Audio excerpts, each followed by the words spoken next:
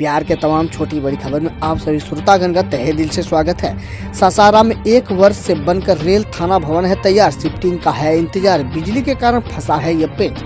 दशकों से पुराने में भवन संचालित हो रहे राज्य के रेल पुलिस के लिए नया भवन बनकर तैयार है, लेकिन यह उनमें कब शिफ्ट होगा किसी को पता नहीं। नए भवन में विद्युतीकरण का कार्य 1 वर्ष से भी अधूरा है। इसका कारण जीआरपीएफ के अधिकारी उसे हेड ओवर नहीं ले रहे हैं। रेलवे स्टेशन की पश्चिमी छोर पर गोरछनी ओवरब्रिज के पास बने रेल थाना का यह 3 मंजिला भवन तैयार है, लेकिन गृह प्रवेश का मुहूर्त ही नहीं बन रहा है। खबर है भागलपुर से। टीएमबीयू में आज से शुरू होगी प्रश्न पत्र लीक मामले की जांच। विश्वविद्यालय में प्रश्न पत्र लीक मामले की जांच के लिए गठित कमेटी को मंगलवार को पत्र मिला। इस कारण मामले की जांच शुरू नहीं हो सकी है, जबकि प्रभारी कुलपति ने कमेटी को 10 दिन के भीतर अपनी रिपोर्ट सौंपने को कहा है। हालांकि कमेटी का अध्यक्ष मानविकी के डीन डॉक्टर केशव ठाकुर परीक्षा विभाग पहुंचे थे। उन्होंने परीक्षा नियंत्रक डॉक्टर अरुण कुमार सिंह को प्रश्न पत्र लीक मामले को लेकर जानकारी ली। उन्होंने कहा कि बुधवार को कमेटी जांच शुरू करेगी। यह खबर है पटना से। स्मार्ट सिटी का सपना देख रहे पटना नाइट्स के लिए गुड न्यूज। नए साल में मिलेगी जाम, कचरा व अपराध मुक्त राजधानी। स्मार्ट सिटी का सपना संयोजक पटना नाइट्स को नए साल में सबसे खूबसूरत तोहफा देने की तैयारी युद्ध स्तर पर की जा रही है। शहर को जाम मुक्त, कचरा मुक्त और अपराध मुक्त करने की बहुप्रतीक्षित स्मार्ट परियोजना इंटीग्रेटर कंट्रोल एवं कमांडर सेंटर के भवन का निर्माण कार्य काफी तेज गति से चल रहा है। 20 सितंबर को मुख्यमंत्री नीतीश कुमार द्वारा निर्माण कार्य का आरंभ किया जाने का लगभग 2.5 माह के भीतर भी ग्राउंड फ्लोर की छत ढलाई तक का कार्य पूर्ण हो चुका है। पहले तल्ले की छत भी इस सप्ताह ढाने वाला जाने की तैयारी हो रही है। खबर है पटना से ही है। पटना में जेपी सेतु के समानांतर पुल को अभी तक मंजूरी नहीं।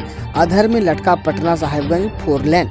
जेपी सेतु के समानांतर 4 लेन पुल को मंजूरी नहीं मिल पाने से भारत मल्ला प्रोजेक्ट के तहत पटना से साहिबगंज के बीच 4 लेन सड़क का प्रोजेक्ट अटका पड़ा है। यह सड़क एम्स के समीप से एम दीघा एलिवेटर सड़क होते हुए सोनपुर जाएगी और वहां से हाजीपुर अनजान पीर से आगे बढ़ते हुए केसरिया से ईस्ट वेस्ट कॉरिडोर से जुड़ेगी। राज्य सरकार ने इस बारे में पुनः सरकार परिवहन एवं राजमार्ग मंत्रालय को लिखा है।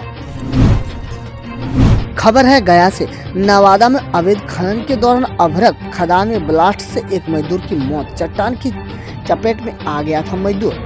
रजौली थाना क्षेत्र में सवैया टांड पंचायत अंतर्गत चटकरी गांव के समीप अभ्रक खदान में अवैध खनन के दौरान ब्लास्टिंग से बुधवार की सुबह एक मजदूर की मौत हो गई। मृतक की पहचान 12 टांड निवासी 45 वर्षीय समीर मियां तारो के रूप में की गई है। घटना के बाद इलाके में कोहराम मच गया है। बताया जा रहा है कि शारदा अवैध अभ्रक खदान पर सुबह में खनन का काम शुरू किया गया था। चट्टान को तोड़ने के लिए विस्फोटक सामग्री का इस्तेमाल किया गया था। विस्फोट के ब्लास्ट करते ही चट्टान का टुकड़ा इधर उधर उड़ गया। इसी दौरान वहां पर मौजूद मजदूर तारो चट्टान की चपेट में आ गया। यह खबर है भागलपुर से। शाम होते ही छाने लगा कोहरा, बढ़ने लगी ठंड। जानिए आज से मौसम का पूर्व अनुमान। शाम होते ही कोहरा छाने लगा। रात का तापमान धीरे धीरे कम होने लगा है। ठंड बढ़ती रही है। हालांकि दिन में धूप खिलने से लोगों को राहत महसूस हो रही है। अधिकतम तापमान गिरकर 26.8 डिग्री सेल्सियस पर पहुंच गया है। न्यूनतम तापमान में उतार चढ़ाव जारी है। रविवार को न्यूनतम तापमान 12 डिग्री सेल्सियस रिकॉर्ड किया गया है। बिहार कृषि विश्वविद्यालय के ग्रामीण कृषि मौसम सेवा के नोडल अधिकारी वीरेंद्र कुमार के माने तो ठंड की रफ्तार बढ़ेगी। अधिकतम और न्यूनतम तापमान में कमी आएगी। पहाड़ी इलाकों में बर्फबारी के कारण सर्द हवा चलेगी, जिससे हाड़ कांपने वाली ठंड का एहसास होगा। कोहरा छाने और बढ़ रही ठंड के कारण शाम होते ही लोग घरों में चले जा रहे हैं। रात 9 बजे तक बाजार बंद हो रहा है। मॉर्निंग वॉक के लिए लोग देर से निकल रहे हैं। ठंड को लेकर गर्म कपड़े का बाजार गर्म हो गया है।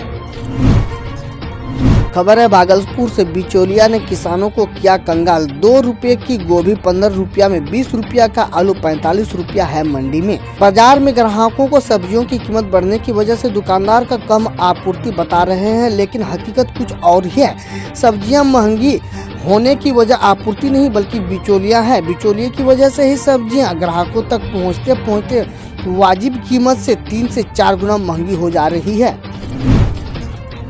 यह खबर है मुजफ्फरपुर से। पूर्वी चंपारण में भी ठंड का प्रकोप, घने कोहरे ने रोकी जीवन की रफ्तार।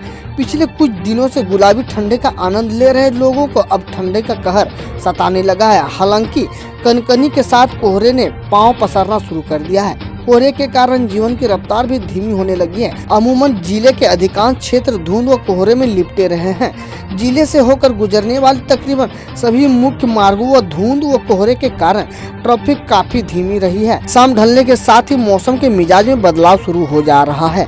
आई और भी तलखी आ गई है। धुंध इतना गहरा गया है कि सड़कों पर लोगों का चलना मुश्किल हो गया है। कई दोपहिया वाहन चालकों को पैदल चलने की स्थिति आ गई है। यह खबर है पटना से। 26 फरवरी से इंटर व 5 मार्च से मैट्रिक की कॉपियां की होगी जांच। बिहार विद्यालय परीक्षा समिति मैट्रिक व इंटरमीडिएट परीक्षाओं की तैयारी में जुट गए हैं। बोर्ड समय से परीक्षाएं लेगा तथा समय से रिजल्ट भी देगा। इसके लिए परीक्षा के बाद कॉपियां के मूल्यांकन की भी तैयारी की जा चुकी है। मूल्यांकन कार्य अगले वर्ष 2026-2021 से शुरू हो जाएगा। खबर है गया से। घने कुहासे के कारण पड़ने लगे रेल परिचालन का असर, विलंब से पहुंच रही है दूरगामी ट्रेन। इस वर्ष ठंड का मौसम शुरू होने के बाद बुधवार को गुरारू प्रखंड क्षेत्र में पहली बार सुबह में घना कोहरा छाया रहा। इससे घने कोहरे ने आने वाले दिनों में ठंड के बढ़ने का संकेत दे दिया है। कोहरे के कारण विजिबिलिटी काफी कम हो गई है। एक घर से दूसरे घर को देखना मुश्किल हो गया है। विजिबिलिटी कम होने के कारण असर रेल परिचालन में भी पड़ रहा है। गुरारू रेलवे स्टेशन पर बुधवार की सुबह ड्यूटी पर रहे स्टेशन मास्टर ने बताया कि सुबह सवेरे इस स्टेशन पर पहुंचने वाली नई Delhi Gaya Mahabodhi express, Barkakana Patna Palamu express, Bhabua Patna intercity express 30-30 minute विलम्ब से पहुंची है। यह खबर गया से ही है। गया और नवादा में घने कुहासे के साथ दिन का आगाज, फुहारे की तरफ पड़ रही है ओस की बूंद। घने कुहासे और फुहारे की तरफ पड़ती है ओस की बूंदे के कारण बुधवार की सुबह काफी सर्द रही।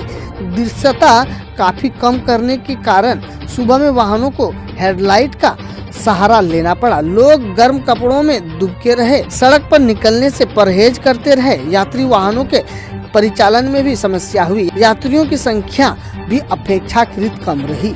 हम रोज ऐसे ही न्यूज लाते रहेंगे, तो यदि आपने अभी तक क्लीन न्यूज को सब्सक्राइब नहीं किया है तो पहले फटाफट सब्सक्राइब कर लें, साथ ही बेल आइकन को दबा दें ताकि कोई अपडेट मिस ना हो।